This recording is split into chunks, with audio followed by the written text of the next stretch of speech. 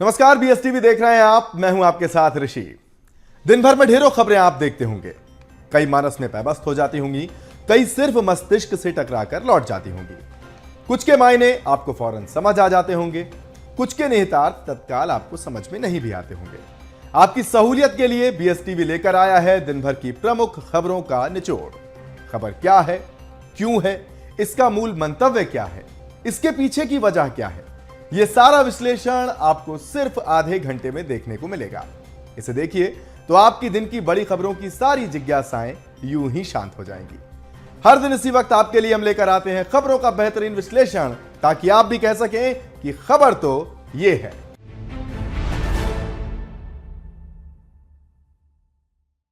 तो चलिए सबसे पहले उन खबरों पर नजर डाल लेते हैं जिन पर अगले आधे घंटे हम बात करेंगे। सबसे पहले बात होगी प्रदेश की पहली मेडिसिटी की। क्यों खास है, इसमें होगा क्या, इससे प्रदेश को क्या लाभ मिलेगा, उज्जैन जहां पर यह मेडिसिटी बनाई जाएगी, जिसका आज भूमि पूजन हुआ है, वहां पर क्या कुछ सुविधाएं मिलेंगी, ये सब कुछ इस पहली खबर का हिस्सा होगा। फिर हम बात करेंगे बाबा की सनातन यात्रा की। धीरेन्द्र शास्त्री एक यात्रा निकाल रहे हैं। आज से यह यात्रा शुरू हुई है।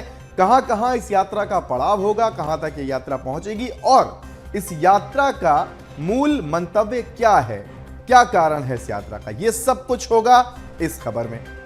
फिर हम बात करेंगे नरसिंह फर्जीवाड़े से जुड़ी हुई राहत से कितने बेदाग होंगे, कहां से राहत मिली है, किन्हें राहत मिली है, इस राहत से होगा क्या, कब तक के लिए यह मोहलत मिली है उन तमाम नर्सिंग कॉलेजेस को जिनकी अब हम बात करेंगे, यह सब इस खबर में। फिर हम बात करेंगे छत्तीसगढ़ की। दिल्ली से लौटे हैं सीएम साय, क्या कुछ लाए हैं प्रदेश के लिए सौगातें, यह सब कुछ इस खबर का हिस्सा होगा। इसके बाद बात होगी जहां चाह वहां राह। अबूझमाड़ के जंगलों में एक पुल बनाया गया है। एक सामान्य खबर हो सकती है ये आपके लिए, लेकिन वहां के लोगों के लिए कितनी महत्वपूर्ण है और यही महत्वपूर्ण बात आपके लिए जानना कितना जरूरी है, ये इस खबर का हिस्सा होगा। और फिर हम बात करेंगे महानदी के चोरों की। क्यों हमें ये बात कहनी पड़ी महानदी को लेकर, कौन है ये चोर, कैसे नुकसान पहुंचा रहे हैं महानदी को, ये सब कुछ होगा इस खबर का हिस्सा। तो चलिए बिना देर किए शुरू करते हैं आज का अपनी खबरों का सफर। तो बाबा बागेश्वर यानी धीरेन्द्र कृष्ण शास्त्री ने एक बार फिर हिंदुत्व का झंडा बुलंद किया है। पंडित धीरेन्द्र कृष्ण शास्त्री सनातन हिंदू एकता पदयात्रा निकाल रहे हैं। इसके लिए बागेश्वर धाम में लाखों की संख्या में श्रद्धालु पहुंचे। बागेश्वर धाम से ये यात्रा ओरछा धाम तक निकाली जा रही है। इस यात्रा के पहले दिन का क्या अपडेट है, इस पर क्या कुछ रिएक्शंस आए और इस यात्रा का रूट क्या होगा, जानिए इस रिपोर्ट में। खून को तो उसे भगवे का रंग बता देना। अगर पूछे कोई तुम्हारे वंशज के बारे में तो मेरी जान सीना ठोककर जय श्री राम का नाम बता देना। बाबा बागेश्वर ने किया हिंदुत्व का झंडा बुलंद। सनातन हिंदू एकता के लिए पदयात्रा। पदयात्रा में उमड़ा भक्तों का जनसैलाब।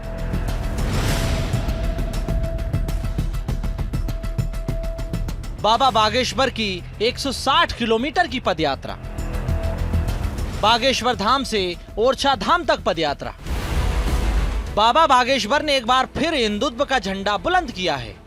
पंडित धीरेन्द्र कृष्ण शास्त्री सनातन हिंदू एकता के लिए पदयात्रा निकाल रहे हैं।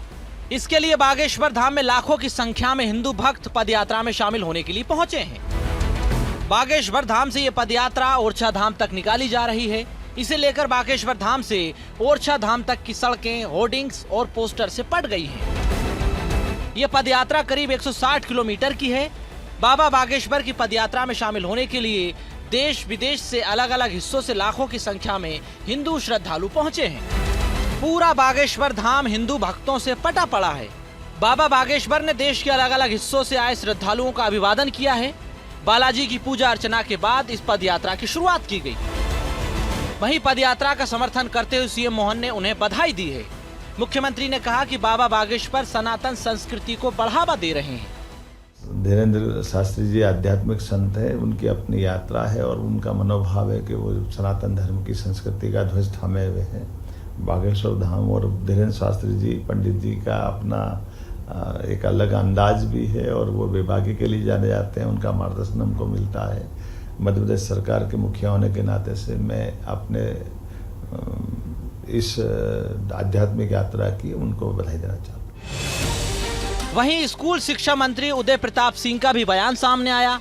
उन्होंने कहा कि गुरुजी की यात्रा सिंबॉलिक पद यात्रा है, नई पीढ़ी को सनातन संस्कृति धर्म के प्रति जोड़ने का प्रयास है। जहाँ तक बागेश्वर धाम में गुरुजी की जो सनातन यात्रा का पदयात्रा है, मुझे लगता है सिंबॉलिक पदयात्रा है। नई पीढ़ी में हमारा जो युवा है, देश का नौजवान पीढ़ी है, उसको अपनी संस्कृति के प्रति, सनातन संस्कृति के प्रति, धर्म के प्रति जोड़ने का उनका एक अभिनव प्रयास है। मैं उनके इस प्रयास के गुरुजी के बहुत उनको हृदय से उनके प्रति कृतज्ञता ज्ञापित करता हूँ। तो चलिए अब जानते हैं यात्रा का रूट। ये यात्रा कहां से कहां होकर जाएगी, कहां पर इसका समापन होगा। 21 नवंबर से बागेश्वर धाम से यात्रा की हुई शुरुआत। पहले दिन करीब 15 किलोमीटर की पदयात्रा। 22 नवंबर कादरी फार्मेसी कॉलेज से छतरपुर शहर पेप्टिक टाउन तक यात्रा। दूसरे दिन की करीब 17 किलोमीटर की यात्रा। 23 नवंबर नौगांव शांति कॉलेज तक 21 किलोमीटर तक पदयात्रा। 24 नवंबर को देवरी रेस्ट हाउस में 22 किलोमीटर यात्रा के बाद रात्रि विश्राम। 25 नवंबर ग्रामोदय मौरानीपुर यूपी में रात्रि विश्राम। 26 नवंबर को शारदा महाविद्यालय में गुक्सी में यात्रा का स्वागत। 27 नवंबर रेस्ट एरिया निवाड़ी पहुंचेगी पदयात्रा। 28 नवंबर को ओरछा तिराहा पर स्वागत। 29 नवंबर यात्रा का आखिरी दिन। ओरछा तिराहे से ओरछा धाम पर होगा समापन। 8 किलोमीटर तक पदयात्रा पूरी करेंगे बाबा बागेश्वर। फिलहाल हिंदू एकता के संकल्प के साथ पदयात्रा शुरू हो गई। यात्रा में संतों की उपस्थिति है, झांकियां है, बुंदेली लोक कला का समावेश भी दिखाई दे रहा है। सुरक्षा के तगड़े इंतजाम हैं।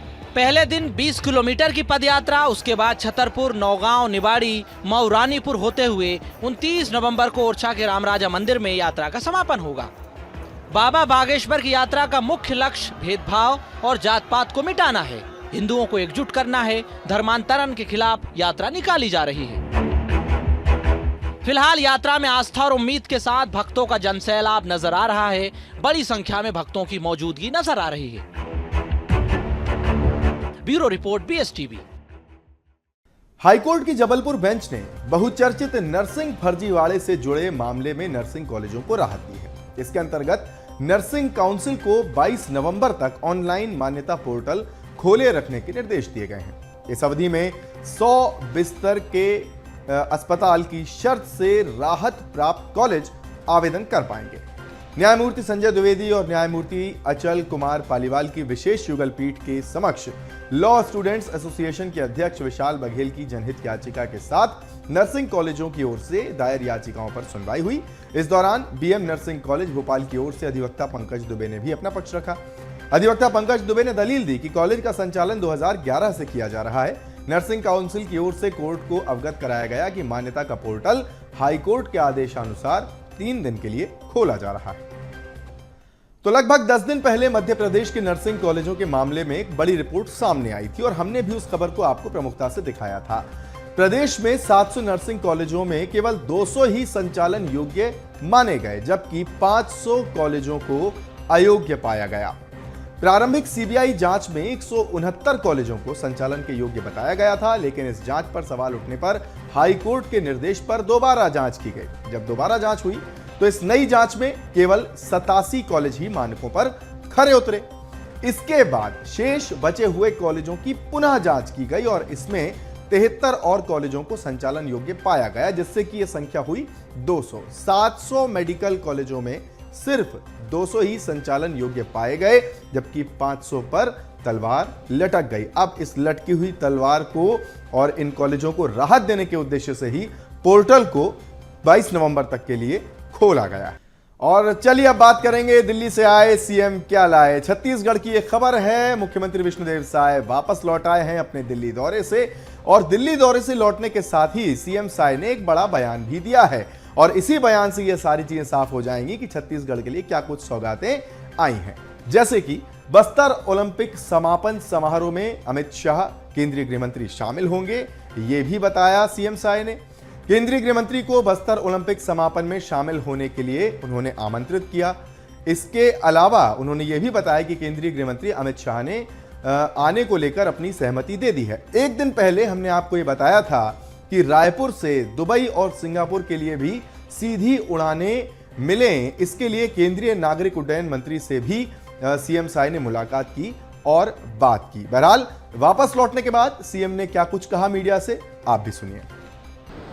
बस्तर ओलंपिक चल रहा है, उसके समापन समारोह में मुख्य अतिथि के रूप में वो शामिल हों, इसके लिए भी उनसे आग्रह किया।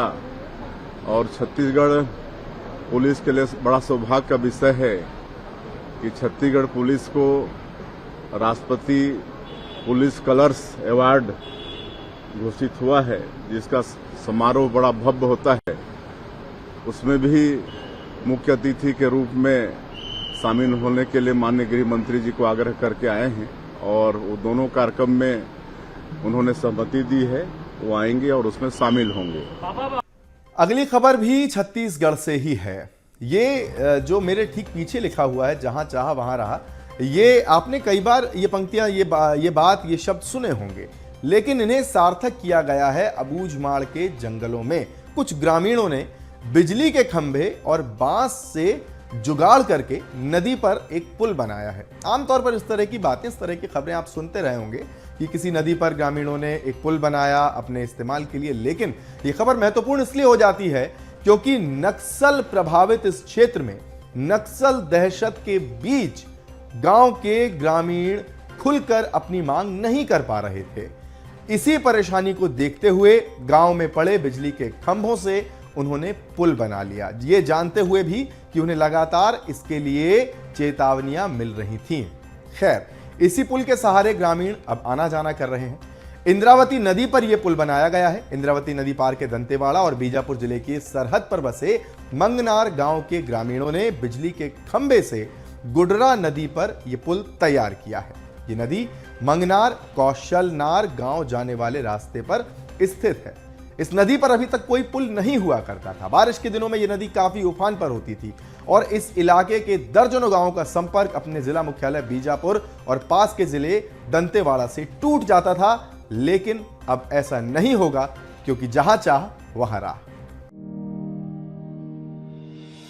आवश्यकता ही आविष्कार की जननी होती है, ये बात बिल्कुल सटीक बैठती है अबूझमाड़ के ग्रामीणों पर। देसी जुगाड़ लगाकर ग्रामीणों ने एक अनोखा पुल तैयार किया है। पुल को खराब पड़े बिजली के खंभे और बांस की मदद से तैयार किया गया है। लेकिन ये पुल सिर्फ ग्रामीणों का कौशल नहीं दिखाता, बल्कि ग्रामीणों की मजबूरी को भी बयां करता है। कई साल से ग्रामीण यहाँ पर पुल निर्माण की मांग कर रहे हैं, लेकिन अधिकारियों ने कोई सुध नहीं ली। नक्सल प्रभावित क्षेत्र होने की वजह से यहाँ के ग्रामीण मूलभूत सुविधाओं से भी वंचित हैं। इसमें हम लोग आना जाना के लिए बनाए हैं। आना जाना के लिए बनाए जी। ये पुल हर साल बनाते हो? और 3 साल हुआ है बना रहे हैं। कम और पानी कम होगा तब हम इसको बना के बाइक वगैरह। बरसात में कैसे पार करते हैं? बरसात में ज्यादा बरसात हो जाएगा तो कहीं पार नहीं करना है हमको।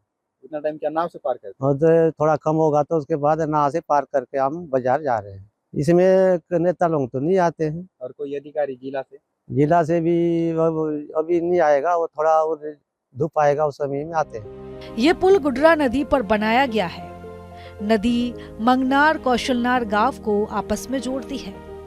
इस नदी पर कोई पुल नहीं है। बारिश के दिनों में ये नदी काफी उफान पर होती है, जिससे इलाके के दर्जनों गांवों का संपर्क जिला मुख्यालय बीजापुर और दंतेवाड़ा से टूट जाता है। मंगनार गांव में जिला मुख्यालय बीजापुर की दूरी लगभग 150 किलोमीटर है, तो वहीं पड़ोसी जिले दंतेवाड़ा की दूरी 50 किलोमीटर है। लेकिन बारिश के मौसम में यहाँ पर आवागमन पूरी तरह से बंद हो जाता है। ऐसे हालातों में सबसे ज्यादा दिक्कत मरीज और गर्भवती महिलाओं की होती है। नदी पार कराने में ग्रामीणों को काफी जद्दोजहद करनी पड़ती है। प्रशासन के उदासीन रवैये का खामियाजा ग्रामीणों को भुगतना पड़ रहा है। सुनवाई नहीं होने की वजह से ग्रामीण पिछले 3 साल से इसी तरह पुल का निर्माण कर वैकल्पिक मार्ग तैयार करते हैं। BSTV के लिए अबूझमाड़ से नवीन कश्यप की रिपोर्ट। जीवनदायिनी महानदी इन दिनों रेत माफियाओं के काले कारोबार की भेंट चढ़ती जा रही है। प्रशासन की नाक के नीचे रेत माफिया बेतहाशा रेत की चोरी कर रहे हैं। खनिज माफिया अधिकारियों के संरक्षण में सरकार को करोड़ों के राजस्व का चूना लगा रहे हैं, ऐसे भी आरोप लग रहे हैं। पूरी रिपोर्ट देखिए हमारी इस छोटी सी पेशकश में। एनजीटी के नियमों के अनुसार 16 अक्टूबर से महासमुंद और आरंग सीमा से लगे महानदी के रेत घाटों का संचालन शुरू हो गया है, लेकिन खनिज माफिया धड़ल्ले से एक बार फिर जिन रेत घाटों का संचालन पर्यावरण के नियमों के अनुसार नहीं हो रहा, वहां पर अवैध खनन को अंजाम दे रहे हैं। दिन रात ये खनिज माफिया महानदी के सीना को छलनी करते हुए अवैध खनन को अंजाम दे रहे हैं। नतीजा महानदी का लगातार दोहन हो रहा है। यही कारण है कि महासमुंद और रायपुर के सीमाओं पर लगे इन रेत घाटों पर प्रशासन की टीम भी खाली हाथ वापस आ रही है, क्योंकि महासमुंद की सीमा पर अवैध खनन को अंजाम देकर ये माफिया रायपुर की ओर चले जाते हैं और रायपुर के ओर छापेमारी के दौरान ये माफिया नदारद नजर आते हैं। 16 अक्टूबर से एनजीटी के नियमों के अनुसार एक बार फिर महासमुंद और आरंग के वैध रेत घाटों पर संचालन शुरू हो गया, लेकिन इसी के साथ साथ जिन घाटों का वैध परमिशन नहीं, वहां पर धड़ल्ले से रेत का अवैध खनन परिवहन धड़ल्ले से किया जा रहा है। रेत माफिया इन दिनों महानदी का सीना छलनी कर रेत से काला कारोबार को अंजाम दे रहे हैं। रेत खनन करने वाले ये माफिया रायपुर के रास्ते महासमुंद के हिस्से से भी रेत की चोरी कर रहे हैं। महासमुंद और आरंग से लगे राटाकाट, कागदेही, हरदीही, कोलियारी, लखना, चिखली, मोहमेला, कुरूद, बड़गांव, खड़सा, मोहकम, खमतराई के साथ साथ कई गांवों में अवैध खनन का खेल बेधड़क चल रहा है। यही नहीं, ये माफिया महानदी तट को काट कर मिट्टी से रैंप बनाने में भी उपयोग कर रहे हैं, जिससे महानदी लगातार अपना अस्तित्व खोते नजर आ रही है। महानदी में पानी होने के बाद भी महानदी से रेत का खनन किया जा रहा है। रायपुर के लखना और हरदीडीह से होते हुए महासमुंद के मोहकम और खड़सा में इन दिनों रात 9 बजे के बाद ये माफिया अवैध खनन और परिवहन को अंजाम दे रहे हैं। अवैध रेत उत्खनन का मामला है, क्योंकि महासमुंद जिले से महानदी निकलती है और उसके बैंक्स में काफ़ी भारी मात्रा में वहाँ पे रेत का जो है पूर्व में भी अवैध उत्खनन की शिकायतें हमारे पास आई थी। अभी आपने देखा होगा निरंतर हमारी जो टीम है, जिला प्रशासन की टीम प्लस पुलिस डिपार्टमेंट की टीम प्लस माइनिंग, हम जो है वहाँ पे कार्रवाई कर रहे हैं। अभी कुछ ही दिन पहले 2 दिन पहले वहाँ पे एक चैन माउंट को भी सीज़ किया गया। अभी एक हमारी जो माइन है, लीगल माइन है, वहाँ पे कार्रवाई करके वहाँ पे 2 चैन माउंट और वहाँ पे एक बोट को सीज़ किया गया। तो हमने अपने टीएल में भी निर्देश दिया हुआ, यदि किसी भी ग्राम पंचायत की इसमें सक्रिय संलिप्तता दिखाई जाती है तो वहाँ पे सरपंच सचिव के विरुद्ध भी हम कार्रवाई करेंगे। ऐसा नहीं है कि इसकी जानकारी शासन प्रशासन को नहीं। अवैध रेत घाटों के संचालन की शिकायत कई बार अधिकारियों से की गई है, लेकिन यह माफिया रायपुर महासमुंद के खनिज विभाग की टीम को चकमा देकर उनकी नाक के नीचे अपने मंसूबों को अंजाम दे रहे हैं।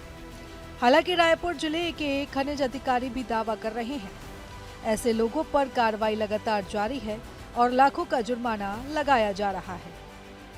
समय समय पर हमने महासमुंद जो जिले के अधिकारी हैं उनसे समन्वय स्थापित करके जॉइंट ऑपरेशन भी चलाया है और आगे भी हम लोग कार्य योजना बना के इसमें कार्रवाई करेंगे। निरंतर जांच चल रही है, अगर जांच में किसी प्रकार कोई अवैधानिक कार्य पाए जाएंगे तो निश्चित रूप से कार्रवाई की जाएगी। महासमुंद और आरंग से लगे दर्जनों घाट पर अभी भी पर्यावरण की स्वीकृति नहीं है। घाटों में पानी भरा हुआ है, लेकिन फिर भी इन घाटों पर रसूखदार खुलेआम प्रशासन को चूना लगाते हुए अवैध खनन कर रहे हैं। अवैध रूप से रेत उत्खनन करने वाले लोगों का हौसला इतना बुलंद है कि इन्हें किसी का भी खौफ नहीं। ये सारे नियमों को दरकिनार कर बेखौफ रेत खनन कर रहे हैं। ज्यादातर रेत घाट जिनके नाम हैं, उनसे आपसी सहमति कर अन्य रसूखदार लोग दिन रात रेत की चोरी कर करोड़ों का वारा न्यारा करने में लगे हैं और रेत के अवैध गोरख धंधे को अंजाम दे रहे हैं। साथ ही राज्य की सरकार को हर महीने ये माफिया करोड़ों का चूना लगा रहे हैं। जीवनदायिनी महानदी में आरंग और रायपुर की सीमा में हो रहे अवैध खनन और परिवहन को लेकर रायपुर और महासमुंद के प्रशासन की टीम अपनी दलीलें पेश कर रही है। दोनों ही जिले रायपुर और महासमुंद के प्रशासन का यह दावा है कि अवैध खनन और परिवहन को लेकर दोनों ही जिलों के प्रशासन सख्त है और प्रतिबद्ध है। बहरहाल देखना ही होगा कि जिस तरह से अधिकारी अवैध खनन और परिवहन को लेकर पूरी तरह से सख्ती बरतने का दावा कर रहे हैं, आखिरकार ये खनिज माफियाओं पर लगाम कब तक लगा पाएंगे। मनोहर सिंह राजपूत, महासमुंद, छत्तीसगढ़। चलिए सबसे पहले बात करेंगे प्रदेश की पहली मेडिसिटी की। बाबा महाकाल की नगरी उज्जैन में सीएम डॉक्टर मोहन यादव आज मध्य प्रदेश के पहले मेडिसिटी सेंटर की आधारशिला रखने पहुंचे। मुख्यमंत्री आज दोपहर लगभग 3 बजे मेडिसिटी और चिकित्सा महाविद्यालय का भूमि पूजन करने पहुंचे। अब इस जानकारी के साथ आप शायद ये सोच रहे होंगे कि मेडिसिटी है क्या, इसका कॉन्सेप्ट क्या है और इसके फायदे क्या हैं। तो विकसित स्वास्थ्य सेवाओं के बीच मेडिसिटी अब तक की सबसे आधुनिक स्वास्थ्य सेवा अवधारणा है। मेडिसिटी शब्द मेडिकल और सिटी इन 2 शब्दों से मिलकर बना है और इसका अर्थ है चिकित्सा सेवाओं का एक ऐसा शहर जहां स्वास्थ्य देखभाल के सभी पहलू एक साथ उपलब्ध हों। यानी मेडिसिटी एक ऐसी परिकल्पना है जहां प्राथमिक देखभाल से लेकर सुपर स्पेशलिटी उपचार तक सभी प्रकार की स्वास्थ्य सेवाएं एक ही स्थान पर मिलती हैं। इसका उद्देश्य मरीजों को एक ही स्थान पर सभी तरह की चिकित्सा सुविधाएं उपलब्ध कराना है। चिकित्सा सुविधाओं को बेहतर बनाने के साथ इससे मेडिकल रिसर्च, चिकित्सा शिक्षा और अत्याधुनिक स्वास्थ्य प्रौद्योगिकी को नई दिशा मिलती है। ये कॉन्सेप्ट जो है वो सिर्फ उच्च गुणवत्ता वाली चिकित्सा सेवाओं की न सिर्फ गारंटी देता है बल्कि समाज के हर वर्ग के लिए स्वास्थ्य सेवाओं को सुलभ भी बनाता है। और जैसा कि शुरुआत में हमने आपसे कहा था कि आपको बताएंगे कि मेडिसिटी के फायदे क्या क्या हैं। सबसे बड़ा फायदा यह है कि यहां पर एक ही जगह सभी स्वास्थ्य सेवाएं मिलेंगी या स्वास्थ्य सेवा से जुड़ी सारी सुविधाएं भी यहां पर मिलेंगी। जैसे सुपर स्पेशलिटी हॉस्पिटल मिलेंगे, हृदय, कैंसर, न्यूरोलॉजी, ऑर्थोपेडिक्स और अन्य जटिल चिकित्सा क्षेत्रों के विशेषज्ञ यहां पर उपस्थित रहेंगे। उनकी जो सुविधाएं हैं वो मरीजों को, पीड़ितों को मिलेंगी। डायग्नोस्टिक सेंटर यहां बनाया जाएगा। अत्याधुनिक तकनीक के साथ सटीक जांच और परीक्षण हो सके ये भी सुनिश्चित किया जाएगा। यहां पर चिकित्सा अनुसंधान केंद्र बनाया जाएगा ताकि नई दवाओं की खोज हो सके और नई उपचार विधियों की खोज हो सके और तकनीकों पर अनुसंधान किया जा सके। इसके साथ ही यहां पर चिकित्सा शिक्षा अनुसंधान भी बनाया जाएगा, माफ कीजिए, चिकित्सा शिक्षा संस्थान भी बनाया जाएगा जहां डॉक्टर्स, नर्स और अन्य स्वास्थ्य पेशेवरों के लिए प्रशिक्षण की सुविधाएं रहेंगी। वेलनेस और पुनर्वास केंद्र भी होगा यहां पर। योग, ध्यान, फिजियोथेरेपी और मानसिक स्वास्थ्य सेवाएं यहां पर मिलेंगी। ये सारी चीजें यहां पर होंगी। इसके अलावा फार्मेसी और दवाओं की उपलब्धता भी यहां पर होगी ताकि मरीजों को हर समय आवश्यक दवाएं जो हैं वो मिल पाएं। तो मेडिसिटी यानी सारी सुविधाएं एक साथ। एक और बड़ी चीज कि इको फ्रेंडली इंफ्रास्ट्रक्चर होगा यहां पर। हरियाली के बीच आधुनिक भवन और सुविधाएं तैयार किए जाएंगे ताकि जो इको फ्रेंडली कॉन्सेप्ट है बिल्डिंग्स को लेकर, कंस्ट्रक्शंस को लेकर, वो भी तैयार हो सके, वो भी यथावत बना रहे। मध्य प्रदेश को 592 करोड़ 3.3 करोड़ से ज्यादा की लागत से आदरपूर्वक आग्रह, मेडिसिटी चिकित्सा महाविद्यालय मध्य प्रदेश को सौगात है।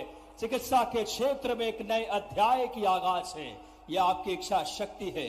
स्वास्थ्य के क्षेत्र में पूरा मालवा इससे लाभान्वित होगा। एक बड़ा दिन है मध्य प्रदेश के लिए। बहुत आदरपूर्वक माननीय मुख्यमंत्री जी का दोनों हाथ उठाकर जोरदार तालियों से हम सब धन्यवाद दें। एक संकल्प साकार हुई, वर्षों पुरानी मांग साकार हुई। 592 करोड़ से ज्यादा की लागत से बिना किसी देरी के अब हम सब जिनको सुनने के लिए आतुर हैं, बाबा महाकाल की वो शिक्षा शक्ति, उस संकल्प, उनके आशीर्वाद से जन कल्याण के लिए एक अलग भाव के साथ, आम जन के सरोकार के साथ। तो आज के लिए बस इतना ही। मुझे दीजिए इजाजत। अगली बार फिर हाजिर होंगे ऐसी कुछ और खबरों के साथ। तब तक के लिए अपना खूब ख्याल रखिए और ताजा खबरों के लिए बने रहिए BSTV के साथ। नमस्कार।